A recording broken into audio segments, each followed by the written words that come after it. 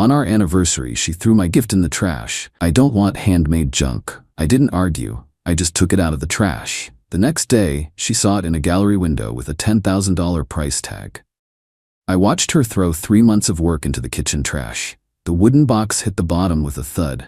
She brushed her hands together like she was disposing of actual garbage and walked out of the room. My name is David. I'm 37. I do custom woodworking. Not furniture exactly, more like art pieces. Boxes, sculptures, decorative stuff. Takes time, takes skill. Doesn't make me rich, but it pays the bills. Been doing it for 8 years now, since I left my corporate job. Best decision I ever made. Been with Monica for 3 years. She's 34, works in real estate, makes good money, better than me most months. She never let me forget that either. Little comments here and there about how she's the breadwinner, how I play with wood while she does real work. I let it slide because when things were good, they were really good. But lately, more bad than good. Our anniversary was yesterday. 3 years. I'd spent the last 3 months working on her gift whenever I had time between paid commissions. A jewelry box. Not just any box. This thing was a masterpiece. Walnut and maple inlay, hand-carved details, dovetail joints so tight you couldn't slide paper between them. Secret compartments, magnetic catches, the kind of piece that takes hundreds of hours spread over months to get right. I gave it to her over dinner at home, made her favorite meal, set up candles, the whole thing. She opened the wrapping and looked at it. Just looked at it. No smile, no surprise, nothing. She asked what it was. I told her it was a jewelry box, for her collection. She had a lot of jewelry, expensive stuff. I thought she'd appreciate something handmade to store it in, something personal. She set it down on the table and said she thought I was getting her the bracelet she'd shown me last month. The one from Tiffany. $4,000. I told her I couldn't afford that right now.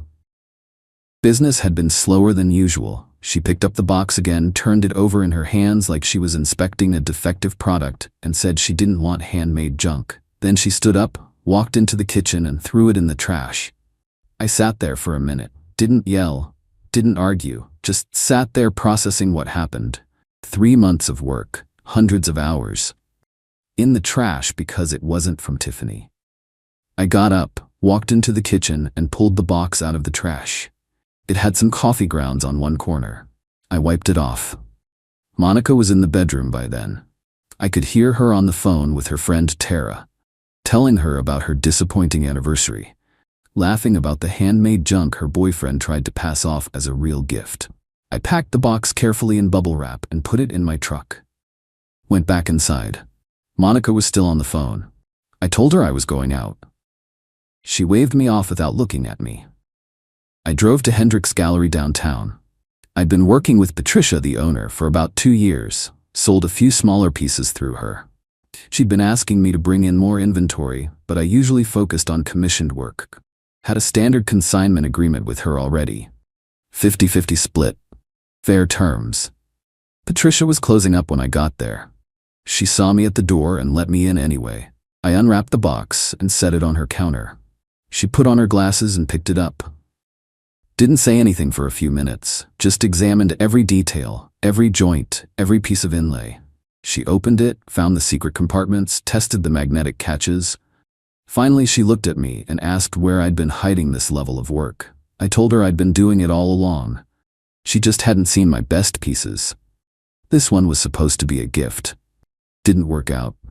She asked if it was for sale. I told her it was now. She set it down carefully and said she needed to do some research, but her gut told her this was gallery quality. Real gallery quality. She'd handled similar work before.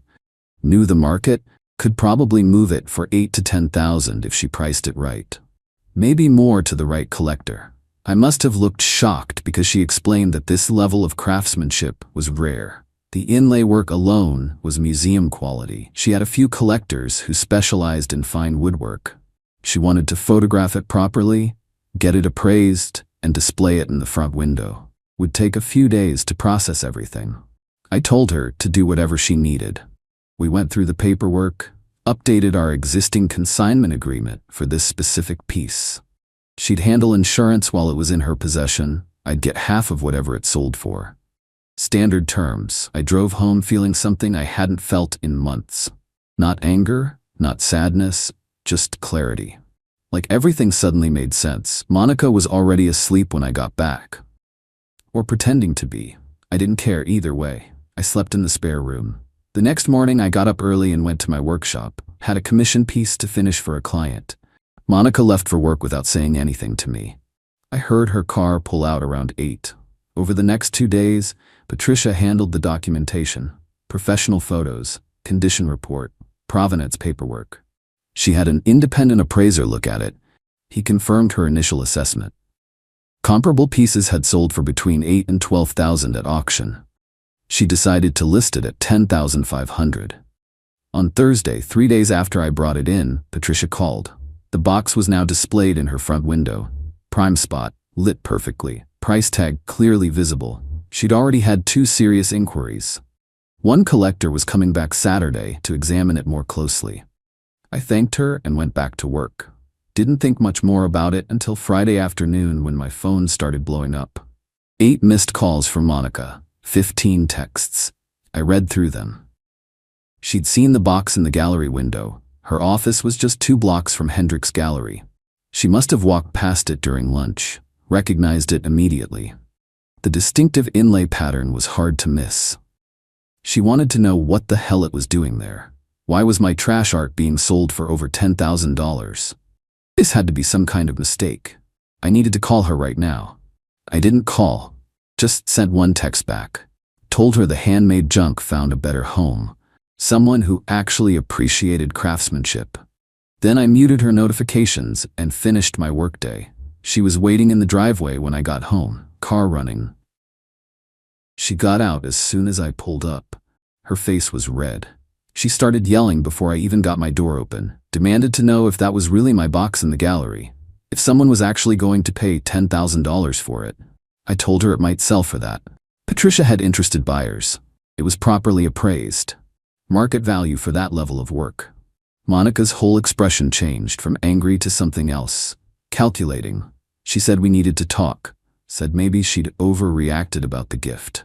It was actually beautiful. She could see that now. She'd been stressed about work. Took it out on me. She was sorry. I asked if she was sorry she threw it away or sorry it was worth money. She started backtracking. Said that wasn't fair. She really did feel bad. And anyway, since we'd been together 3 years, she should get something from the sale, right? We could use it for a vacation. Or she could finally get that bracelet. I told her the money was mine. From my work, my skill, my time. I'd already decided what to do with it. Pay off my truck. Invest in better equipment. Save the rest. None of it was going toward jewelry for someone who threw my work in the trash. That's when the real fight started. She called me petty. Called me vindictive. Said I was punishing her for one mistake.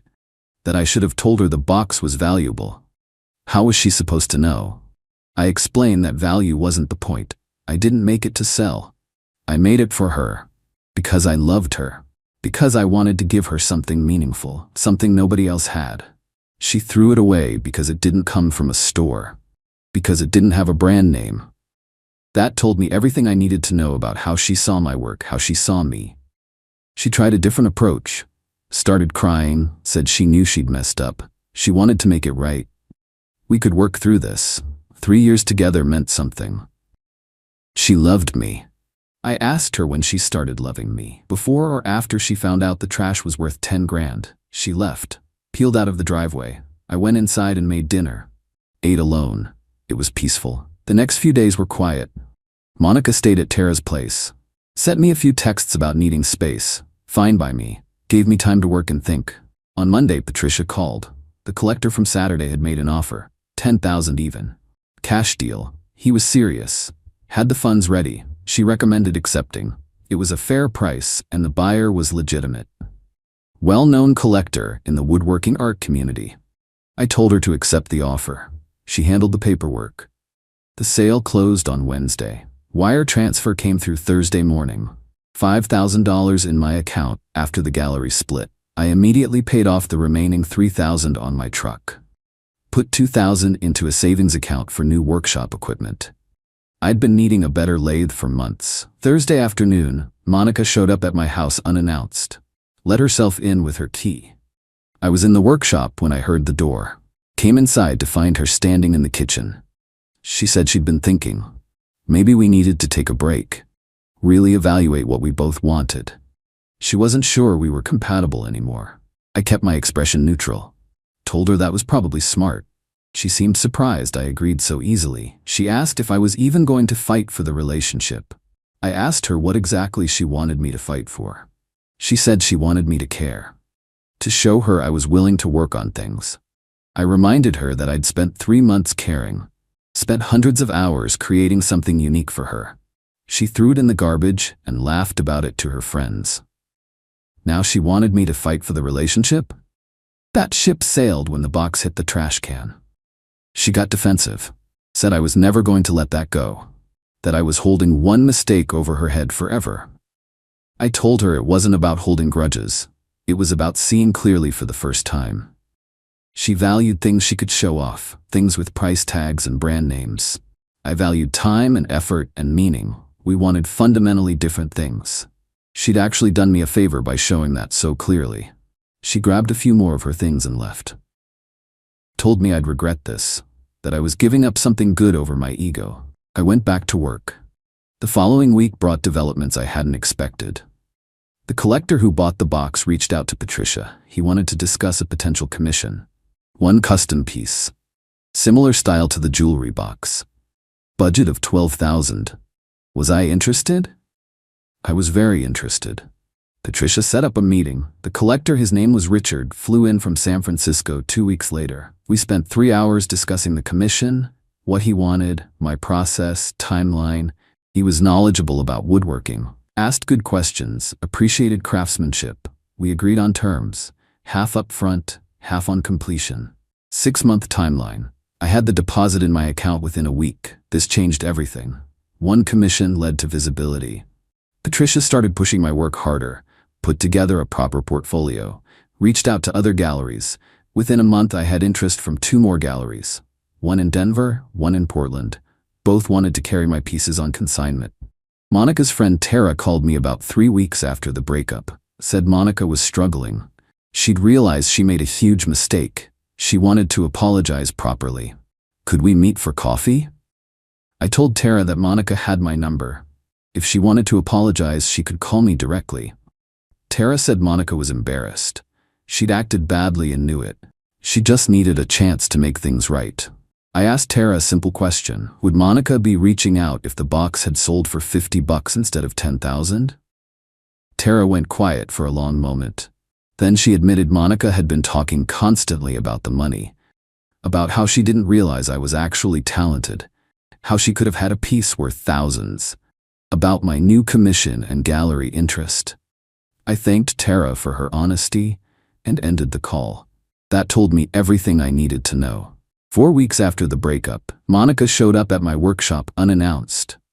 I was working on the commissioned piece for Richard.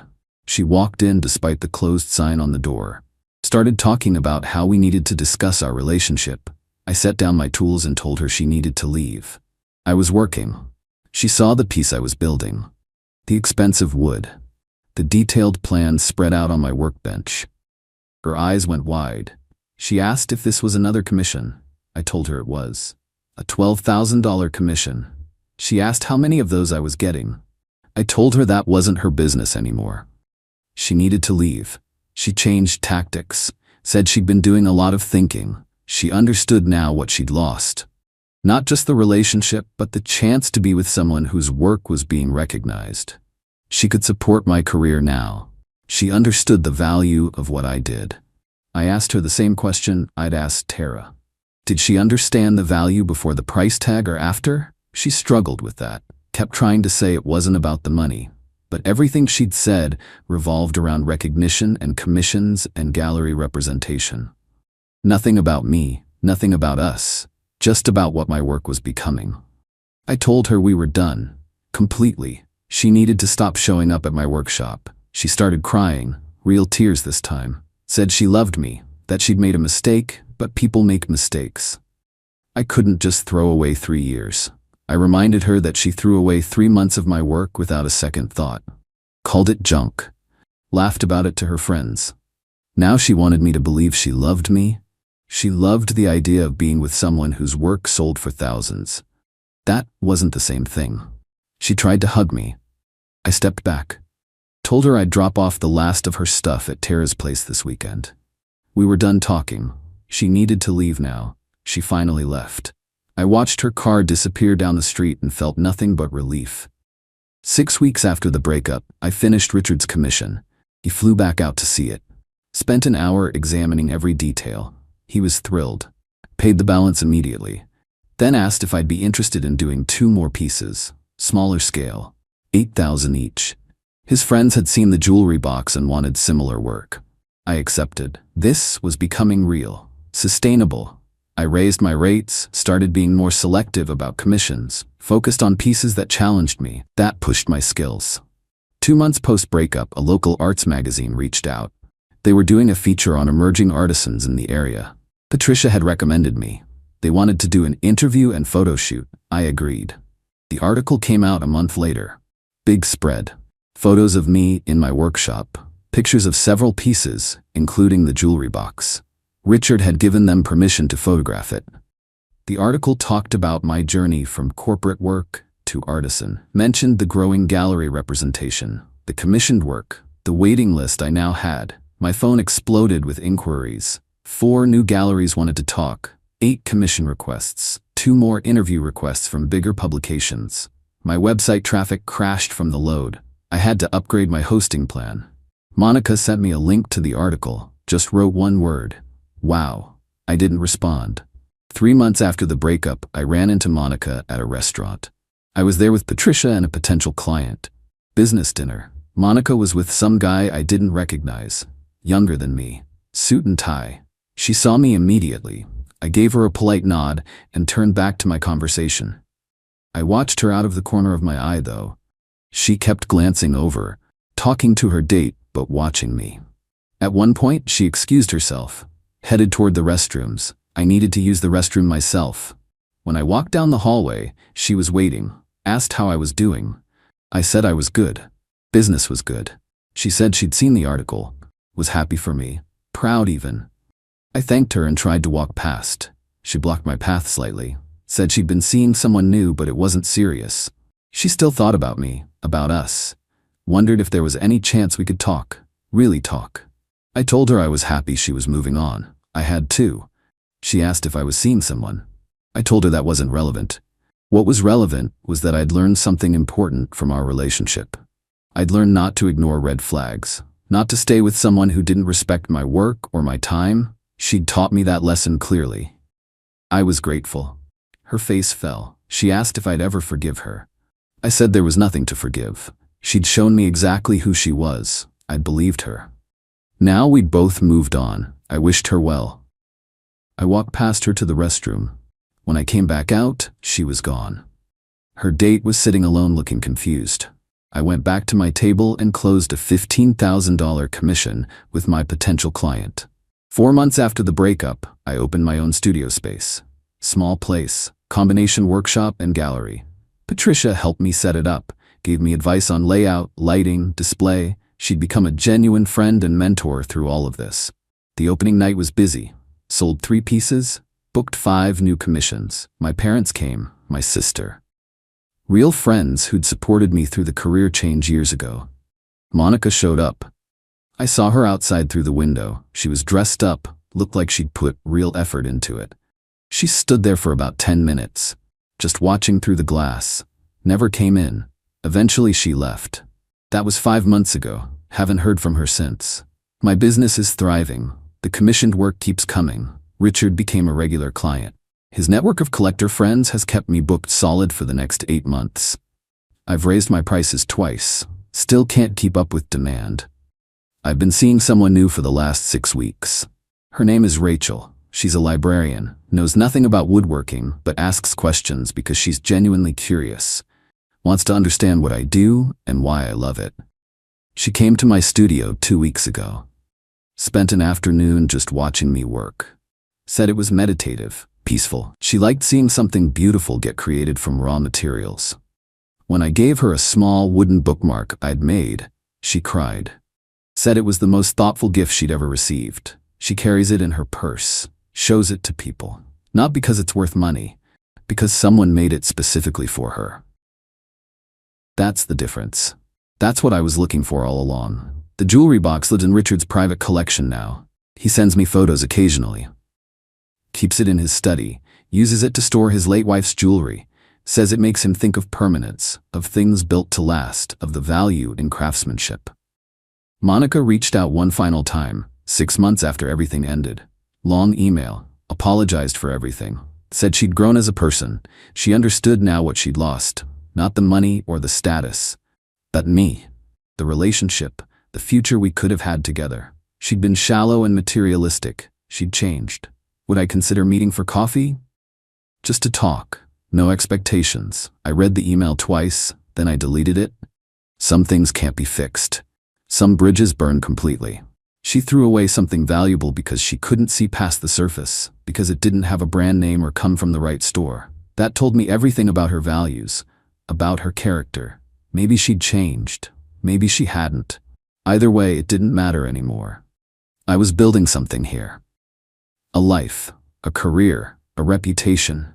Every piece I make means something, takes time, takes care, takes genuine skill. The right person appreciates that, values it, treasures it, understands that meaning isn't found in price tags and brand names. It's found in the hours spent, the attention to detail, the care taken, the love poured into creation. Monica wasn't that person. She proved it the moment the box hit the trash, and that $10,000 price tag, that was just confirmation of what I already knew. The real value was always there. She just couldn't see it, couldn't appreciate it, couldn't recognize it for what it was. I can though. And so can the people who matter. Rachel sees it, Richard sees it, Patricia sees it, the collectors who commission my work see it, the galleries who represent me see it. That's enough.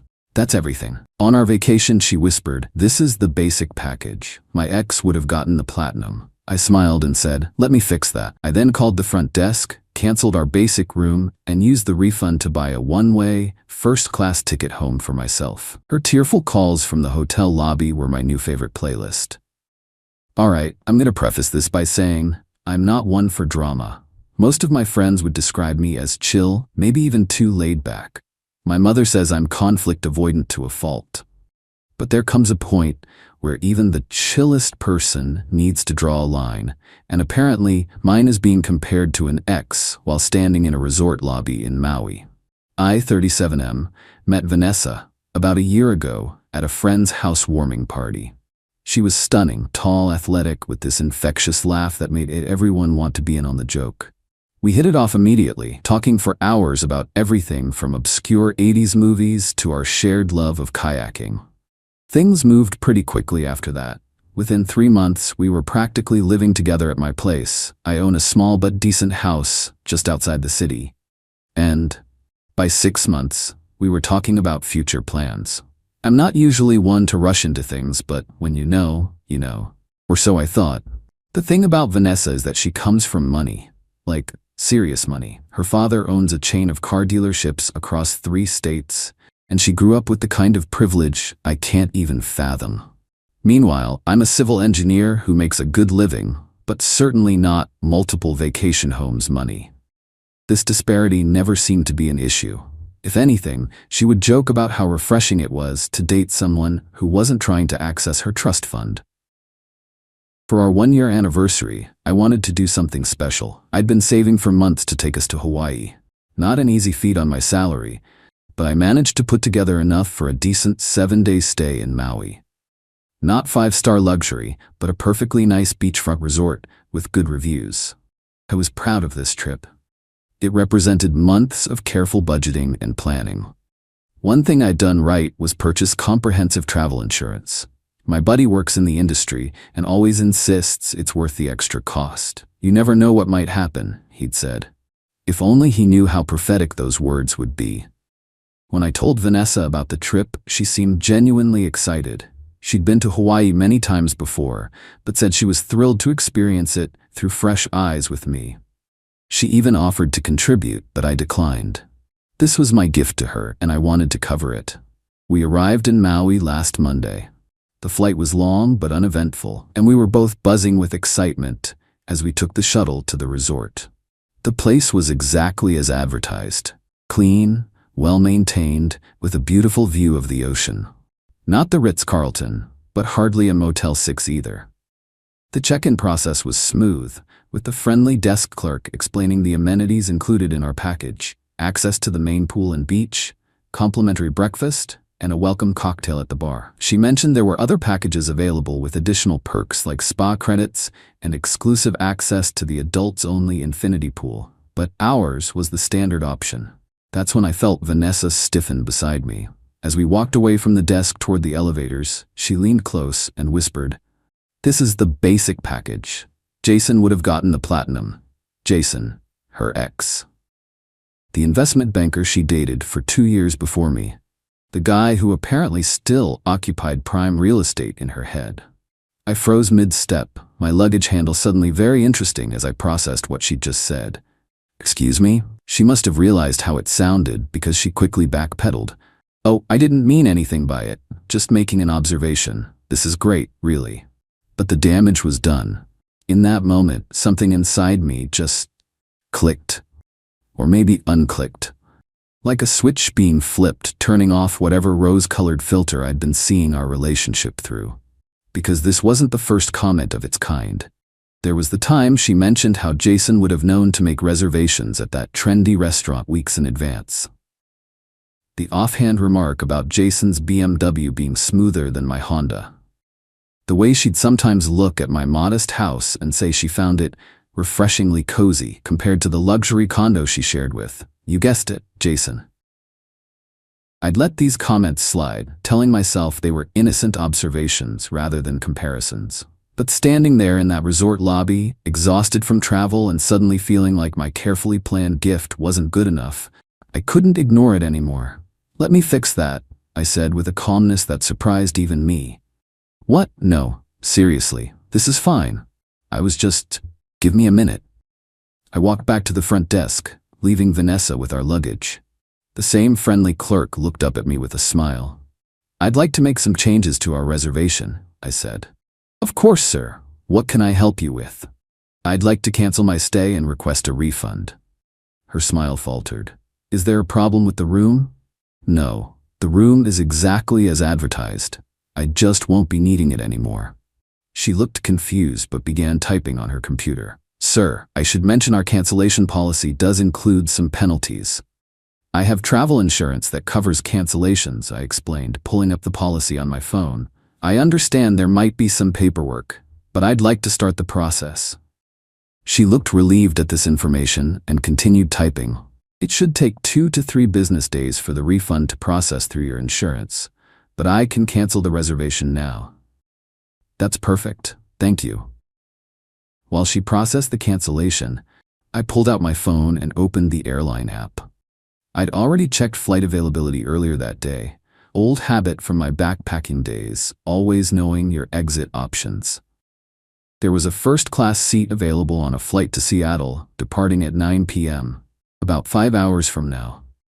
The cost was more than the refund I'd eventually receive, but I had enough cushion on my credit card. This was worth it. I booked the ticket, then turned back to the clerk who was now printing out my cancellation confirmation. "Could you recommend a good place to get a drink nearby? Somewhere not in the resort.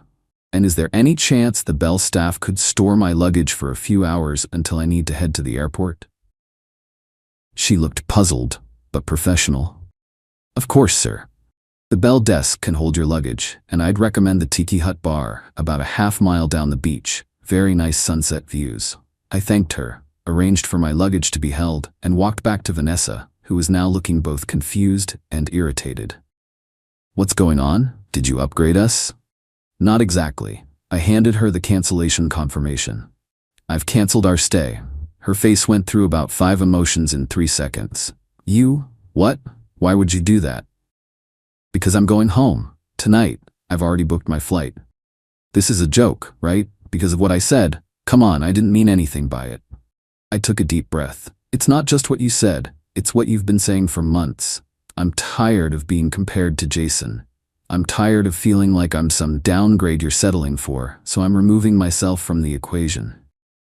You can't be serious. You're going to ruin our entire vacation over one comment. It wasn't one comment, Vanessa. It was the last comment. I reached into my wallet and took out $300 in cash that I'd brought for emergencies. Here, this should help until you figure things out. Stay, enjoy Hawaii, but I won't be joining you. She stared at the money like it might bite her. Keep your money. I can pay for my own room. I know you can. That's not the point. Then what is the point? To punish me? To make some grand gesture? The point is self-respect. Something I've apparently been lacking lately. I didn't wait for her response. I simply asked the bell staff to hold my luggage, confirmed they had my details, and headed for the exit, stopping only to ask for directions to the Tiki Hut bar the desk clerk had recommended. The place was exactly what I needed, laid back with an open-air deck overlooking the ocean and strong drinks served in ridiculous mugs. I found a corner table, ordered something with an embarrassing name and too many umbrellas, and finally let myself process what had just happened. My phone started buzzing about 30 minutes later. Vanessa, of course. I declined the call, then another and another. Then texts started coming in. This is childish. You're seriously leaving me in Hawaii? Please come back to the hotel so we can talk about this. The resort is completely booked, and the other hotels nearby are $500 plus per night. That last one gave me pause. I hadn't considered the possibility that the resort might be fully booked. But then my phone buzzed with another message. The manager is helping me find a room at another hotel. I can't believe you're doing this to me. And there it was. Even in this situation, I was the villain in her story. I was doing something to her, not the other way around. I ordered another drink and put my phone on silent. After a couple of hours at the bar, I took a cab to the airport, retrieved my luggage from the resort's bell desk on the way, checked in for my flight, and settled into the first-class lounge.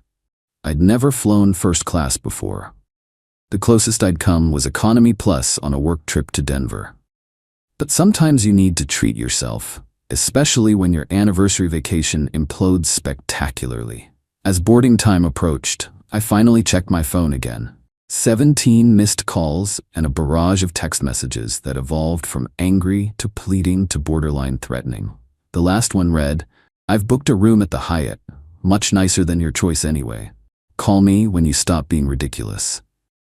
I didn't respond. Instead, I turned off my phone completely as I boarded the plane. The flight attendant welcomed me by name and offered me champagne. I accepted, settling into a seat wider than some love seats I've owned, and felt a strange sense of peace wash over me. Somewhere over the Pacific, it hit me that I was actually relieved. Not just about escaping the immediate situation, but about the relationship ending. It was like I'd been carrying a weight I hadn't even recognized until it was gone. I landed in Seattle at some ungodly hour of the morning, took a rideshare home, and slept for nearly 12 hours. When I woke up, I had even more missed calls and messages, including some from mutual friends who'd apparently gotten Vanessa's version of events. "Dude, you left her in Hawaii?" texted my friend Mark. "Vanessa said you had some kind of breakdown and abandoned her at the hotel," wrote Sarah. I didn't bother responding to any of them immediately. Instead, I made coffee, sat on my back deck, and enjoyed the simple pleasure of being home. I'd sort out the social fallout later. That evening, I finally sent Vanessa a message. "I'm home safe. I think we both know this relationship isn't working. I'll pack up your things from my place. Let me know when you're back and want to collect them." Her response came quickly. "So that's it? One comment and you throw away everything we had?" I started typing a longer explanation, but stopped myself. What was the point? She either understood why her behavior was hurtful, or she didn't. No amount of explanation from me would change that. Instead, I simply wrote, "It wasn't just one comment. I wish you the best, Vanessa, but this is the right decision for me." Then I blocked her number.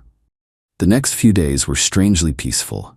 I went back to work, explained to my boss that I'd had a relationship situation that cut my vacation short, and dove back into my projects. I packed up Vanessa's belongings, not that many, considering how long we'd been together, and put them in the spare room. I told our mutual friends a condensed version of what happened, making it clear I wasn't looking for them to take sides. Some of them understood. Others thought I overreacted. Mark, after hearing the full story, including all the previous Jason comparisons, actually said, "Damn, I'd have left her at the airport, not the hotel. You're a gentleman." Vanessa returned to Seattle 5 days later. She sent messages through friends asking to talk, but I declined. Instead, I arranged for her to pick up her things. I asked Mark to be there when she came over, partly for security, partly as a witness. I didn't want any accusations about damaged or missing items, and I definitely didn't want to be alone with her. I took the day off work and made myself scarce during the scheduled pickup time. When I returned home that evening, Mark was waiting with a six-pack and a story. Apparently, Vanessa had tried to take more than just her things, including a framed photo of my grandfather that had nothing to do with her. Mark had stopped her, which resulted in what he described as a minor meltdown. She'd also brought her own friend as backup, clearly expecting some kind of confrontation. When none materialized, they left with just her actual belongings. It's been 3 weeks now, and I've had time to reflect on the whole situation. Was leaving her in Hawaii dramatic? Absolutely. Could I have handled it differently? Probably. Do I regret it? Not even slightly. Because here's the thing. Sometimes a relationship doesn't end with a dramatic fight or a terrible betrayal. Sometimes it ends with a casual comment that finally makes you see what you've been trying to ignore. For me, that comment came with a view of the Pacific and the taste of sunscreen still on my lips. I've since heard through the grapevine that Vanessa is telling people I couldn't handle a strong, successful woman and was intimidated by her past. She's even suggested I orchestrated the whole thing because I couldn't actually afford the vacation and was looking for an out. Classic Vanessa. Reality is whatever version makes her look best. But something interesting happened last weekend. I was at a brewery with some friends when a woman I didn't recognize approached our table. "You're Eric, right?" she asked. I nodded, confused. "I'm Claire," she introduced herself. "Jason's girlfriend." It took me a moment to place the name, Jason, Vanessa's ex. I'd never met him or his girlfriend before. "I hope you don't mind me interrupting," she continued. "A mutual friend pointed you out. Sarah? She's friends with both of us." That made sense. Sarah had always been the connector in our social circle, friends with everyone. "I just wanted to say thank you for standing up to Vanessa." Jason struggled with her comparisons for years, even after they broke up. The constant calls, the accidental run-ins, the comments about their past. It was like living with a ghost. He finally set boundaries with her about 6 months ago, and things have been so much better since. She didn't stay long, just enough to tell me that hearing about what I'd done had been validating for both her and Jason. Apparently, they weren't the only ones who had experienced Vanessa's comparative tendencies. So here I am, back to my normal life. I've got another vacation's worth of savings in the bank. The travel insurance came through, covering most of my costs except for the flight upgrade. A newfound appreciation for my own company, and the memory of how good it felt to finally stand up for myself. Oh, and I've developed a strange fondness for the sound of my phone's blocked caller notification. It plays this little melody that used to annoy me, but now just sounds like freedom. Next time I go to Hawaii, and there will be a next time, I'll book myself the platinum package. Not because I need to prove anything to anyone, but because I've learned that investing in yourself is never a waste. And maybe, just maybe, I'll meet someone who appreciates both the destination and the company without mentally comparing it to what came before. Until then, I'm enjoying the peace of not being measured against someone else's ex. It's a surprisingly spacious feeling, like stretching out in a first-class seat when you've been cramped in coach your whole life. Edit: holy crap, this blew up. To answer some common questions. 1. Yes, Vanessa did eventually find a hotel room. The resort manager helped her book something at the Hyatt down the road. She stayed for the full week, based on the beach photos she posted. Sarah showed me when explaining how Claire recognized me at the brewery. 2. No, she didn't have to sleep in the lobby or on the beach. Several people seem concerned about this. She's a resourceful woman with a platinum credit card. She was fine. 3. For those saying I'm the asshole for stranding her. She's an adult with financial resources who speaks the language and had a working phone. This wasn't abandonment, it was removing myself from a toxic situation. 4. Yes, I really did fly first class home. It cost more than the refund I eventually received for my travel insurance, but it was worth the splurge. I usually fly economy because I'm practical with money, but sometimes you need to treat yourself. 5. To the person who asked if this was a pattern with me, leaving partners in difficult situations, no, this was definitely a first, and hopefully a last. I'm not looking to make dramatic exits my personal brand. Update, 6 months later. Wasn't planning to update, but so many people have messaged asking how things turned out that I figured I'd share a few developments. First, life is good. Really good. The whole Hawaii incident forced me to reevaluate a lot of things, not just my relationship with Vanessa, but how I approach relationships in general. I've always been the easygoing type, the one who goes with the flow to keep the peace. Turns out, there's a fine line between being laid back and being a doormat, and I'd been doing a two-step dance on that line for years. Second, Vanessa didn't quite vanish from my life as cleanly as I'd hoped. About a month after my original post, she showed up at my house unannounced. It was a Sunday morning, and I was in my garage working on my motorcycle when she pulled into the driveway. I wasn't entirely surprised. Mark had warned me she'd been asking mutual friends about my weekend routines. "We need to talk," she announced, as if arriving without warning after weeks of silence was a perfectly normal thing to do. I set down my wrench and stepped outside. "I don't think we do. You embarrassed me, you humiliated me, you left me stranded in a foreign place. Hawaii is part of the United States, Vanessa, and you stayed at the Hyatt. That's not the point." "Then what is the point? Because from where I'm standing, you seem less upset about our relationship ending, and more upset that I was the one who ended it." That hit a nerve. She flinched, then quickly regained her composure. "I came here to give you a chance to apologize, and maybe, if you're sincere enough, consider giving you another chance." I couldn't help it. I laughed. It wasn't a mean laugh, just genuine surprise.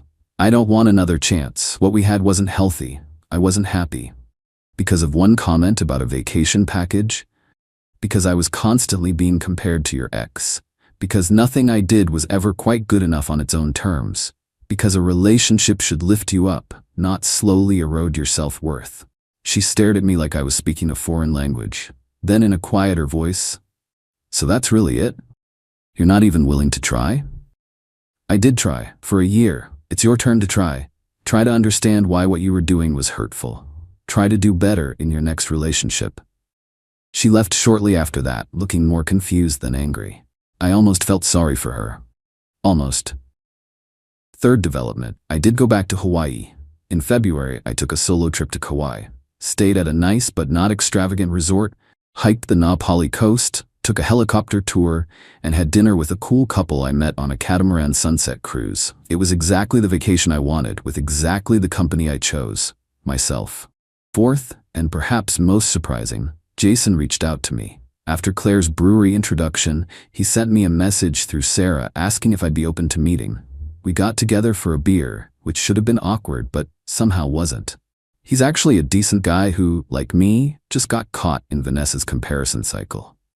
He's happier now too. Finally, yes, I am dating someone new. Her name is Tara. We met through a kayaking club and she's never once mentioned her ex.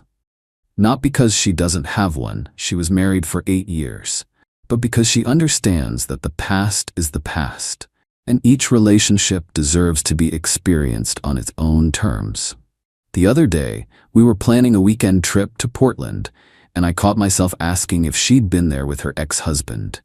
The question just popped out, an insecurity I didn't know I still carried. She looked at me for a moment, then simply said, "Does it matter? This is our trip." And that's when I knew for sure. I made the right choice in that resort lobby in Maui. Sometimes the best thing you can do for yourself is walk away, even if it means a first-class ticket and a few tearful voice messages. Life's too short to be someone's silver medal.